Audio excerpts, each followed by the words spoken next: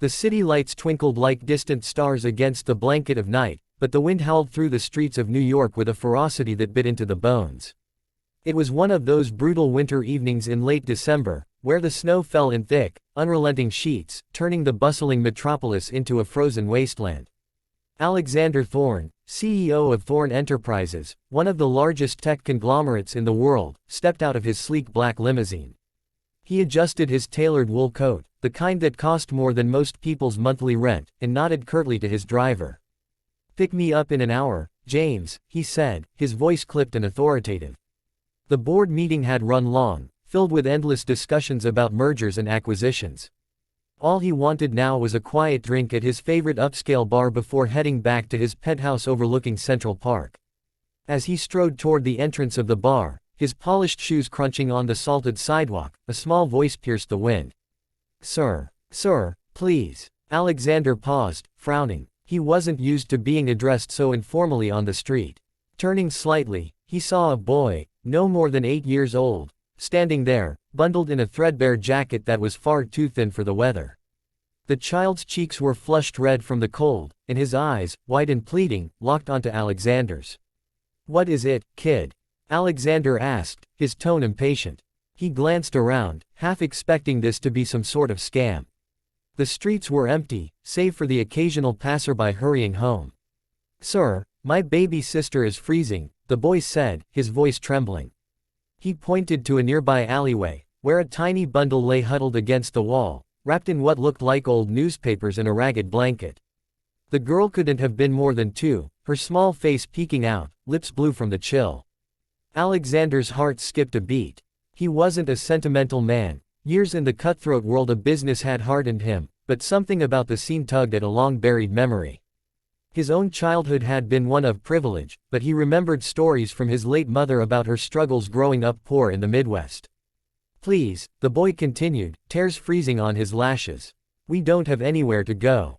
Mom, she's gone. It's just us." The CEO hesitated. He could call the police, or child services.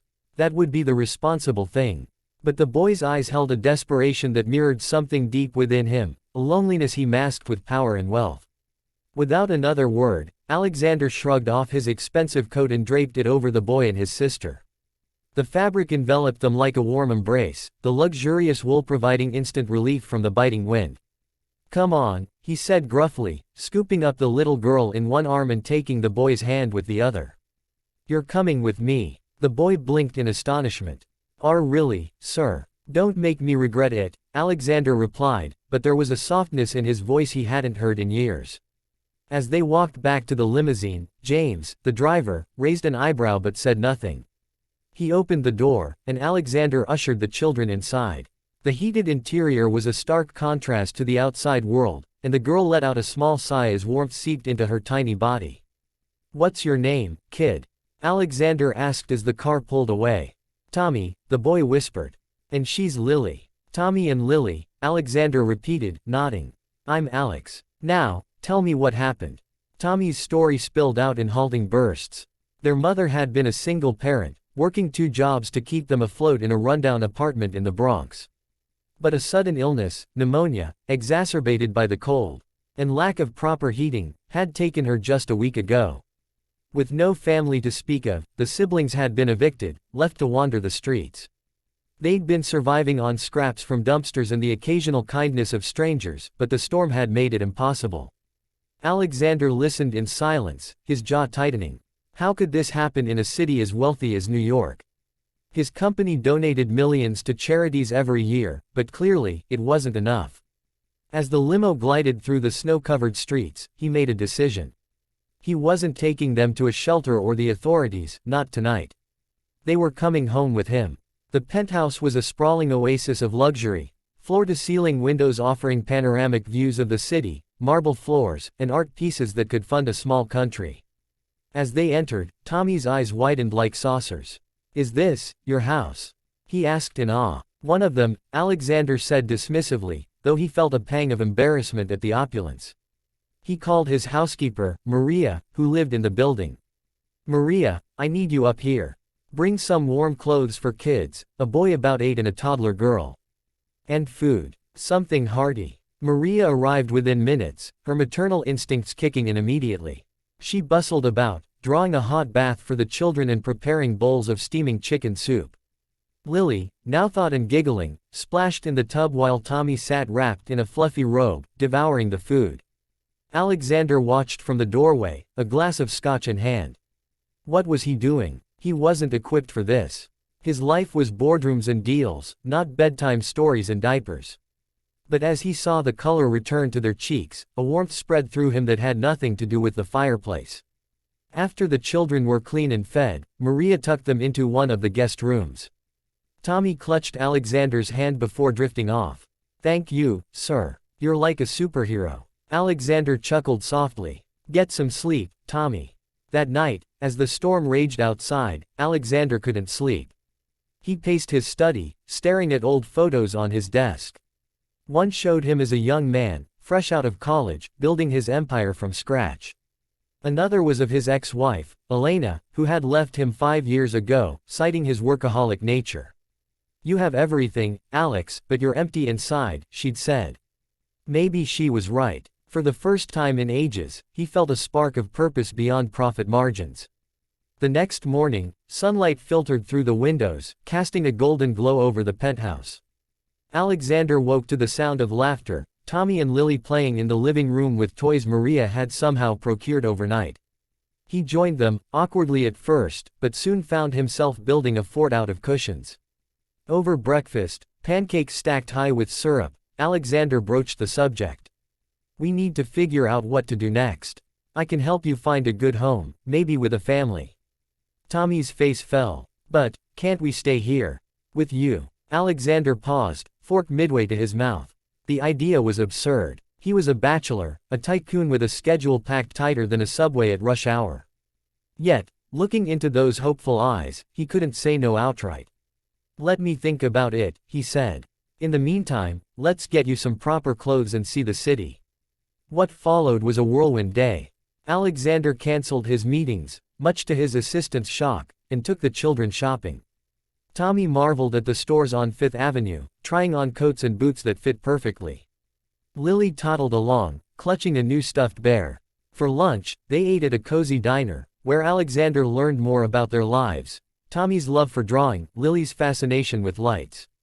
As they walked through Central Park, now a winter wonderland, Tommy sketched the snowy landscape on a notepad Alexander had bought him. "You're good at that," Alexander commented, peering over his shoulder. "Mom said I could be an artist someday," Tommy replied proudly. That evening, back at the penthouse, Alexander made calls. He contacted a lawyer friend to navigate the legalities of fostering or adopting. He reached out to social services, ensuring everything was above board. But deep down, he knew he wanted them to stay. Days turned into weeks. The children settled in, transforming the sterile penthouse into a home. Maria became a surrogate grandmother, teaching Tommy to bake cookies and singing lullabies to Lily. Alexander adjusted his schedule, working from home more often. He even started a foundation through his company, aimed at helping homeless families in the city, naming it after Tommy and Lily's mother. But it wasn't all smooth. There were nightmares, Tommy waking up crying for his mom. Lily's tantrums when she missed her old blanket. Alexander, unused to emotional vulnerability, struggled at first. One night, after a particularly rough evening, he sat with Tommy on the balcony. "I miss her too, you know," Alexander admitted. "My mom passed when I was young. It's okay to hurt." Tommy nodded, leaning against him. "You're our family now, Alex." The word, family, hit like a thunderbolt. Alexander realized this chance encounter had filled a void he didn't know existed. Months later, on a crisp spring day, the adoption papers were signed. Alexander Thorne, once the lone wolf of Wall Street, was now a father.